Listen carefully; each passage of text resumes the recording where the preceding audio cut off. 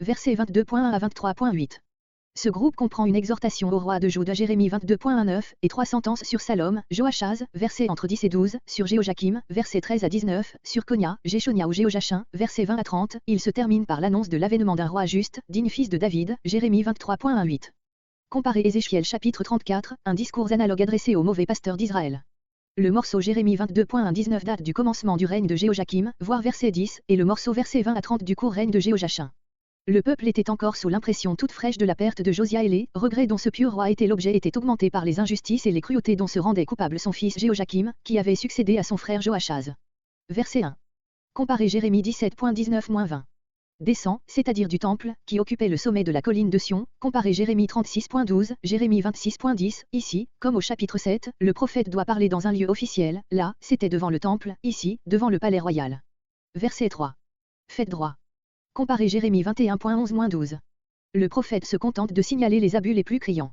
Jean-Baptiste fera de même, Luc 3.11-15. Verset 4. Il entrera. Comparez Jérémie 17.25. Une belle promesse était attachée à la réalisation de conditions si élémentaires. Ce retour au bien eût pu être encore, même à la 11e heure, le gage d'une amélioration plus complète et prévenir le châtiment de l'exil. Comparez Jérémie 21.12, note. Verset 5. Je jure par moi-même. Dieu emploie ici le serment pour confirmer, non, comme d'ordinaire, la promesse, verset 4, mais la menace, verset 5, parce que la ruine paraissait à ces hommes aveuglés bien plus improbable que la délivrance. Verset 6. Par une figure hardie, le prophète, après s'être adressé à ceux qui habitent la maison royale, interpelle tout à coup cette maison elle-même. Un Galade. Les montagnes de Galade, surtout dans le voisinage du torrent de Jabbeok, étaient et sont encore couvertes des plus belles forêts de chênes.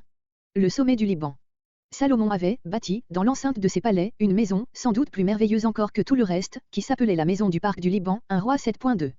Le prophète fait allusion aux jardins et aux parcs magnifiques qui entouraient le palais nouvellement bâti par Jéhojakim.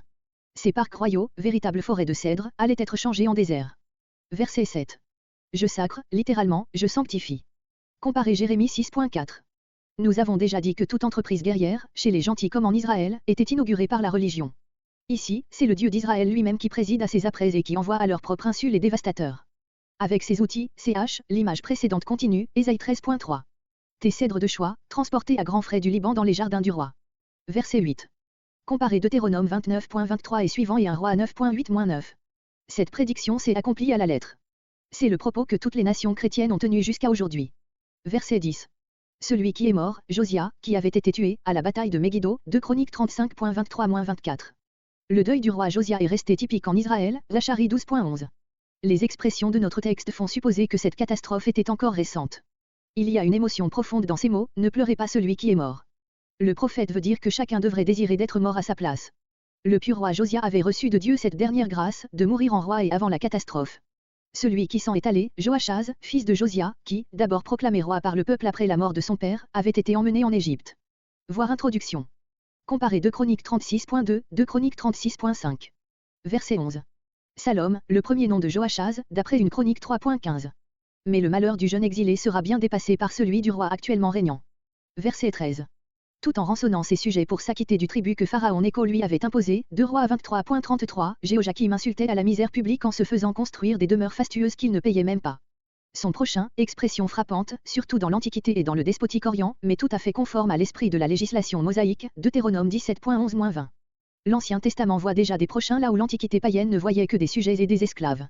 Ne lui paie pas son ouvrage. La loi mosaïque était plus humaine que nos muresses envers les travailleurs, car elle ordonnait non seulement qu'ils fussent payés, mais qu'ils le fussent chaque soir.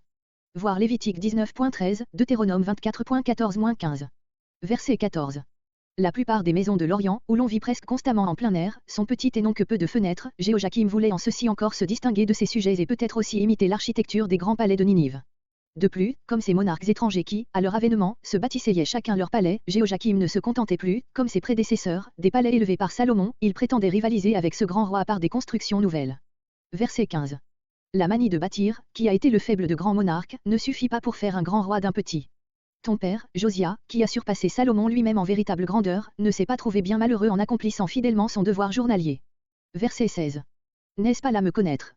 Peut-être allusion à ce que Jéhojakim prétendait rivaliser avec Salomon en sagesse aussi bien qu'en magnificence. Verset 17. Ne vise qu'à la rapine. Un bon roi ne pense au sang innocent que pour le venger, à l'oppression et au pillage qui se commettent dans son pays, que pour les punir et les réparer. Jéhojakim ne pensait qu'à donner l'exemple de tous les crimes. Verset 18. Hélas, mon frère, m'assure. Formules ordinaires des lamentations, citées ici pour faire tableau. Comparez un roi 13.30. Verset 19. Il sera enterré comme. Cette prédiction est répétée Jérémie 36.30-31. Les livres des rois et des chroniques ne nous disent point où et comment elle s'est accomplie. La mort de Jéhojakim est mentionnée 2 Rois 24.6 en ces termes, il s'endormit avec ses pères. Cette expression peut s'appliquer aussi à une mort tragique, comme c'est le cas pour celle d'Achabé, 1 Roi 22.40. D'après 2 Chroniques 36.6, Jéhojakim aurait été emmené à Babylone par Nebuchadnezzar. Verset 20. Le Liban, la frontière d'Israël au nord, basant le Hauran actuel, au nord-est, Abarim chaîne à laquelle appartient la montagne de Nebo, d'où Moïse contempla la terre promise, située au sud-est. Le peuple de Jérusalem et de Juda, représenté sous la figure d'une femme en détresse, est invité à aller s'assurer sur ses sommets qu'aucun de ses anciens alliés, tous tes amants, ne vient à son secours. Verset 21. Je t'ai parlé. Comparez Jérémie 2.17. Verset 22. Comparez Jérémie 2.17. Littéralement, pètera ceux qui te paissent, comme tes pasteurs, tes rois, t'ont mené à ta perte, le châtiment les emportera pour les conduire à la leur. Verset 23. Habite au Liban. Jérusalem a, pour ainsi dire, transporté le Liban dans les jardins de ses palais. Les particuliers riches avaient imité le luxe des rois. Ton air, comparé verset 14. Verset 24. Konia, Jéhojachin, fils de Jéhojakim, qui monta sur le trône, d'après 2 Rois 24.8, à l'âge de 18 ans. Il n'est appelé Konia que par Jérémie, ici et Jérémie 37.1.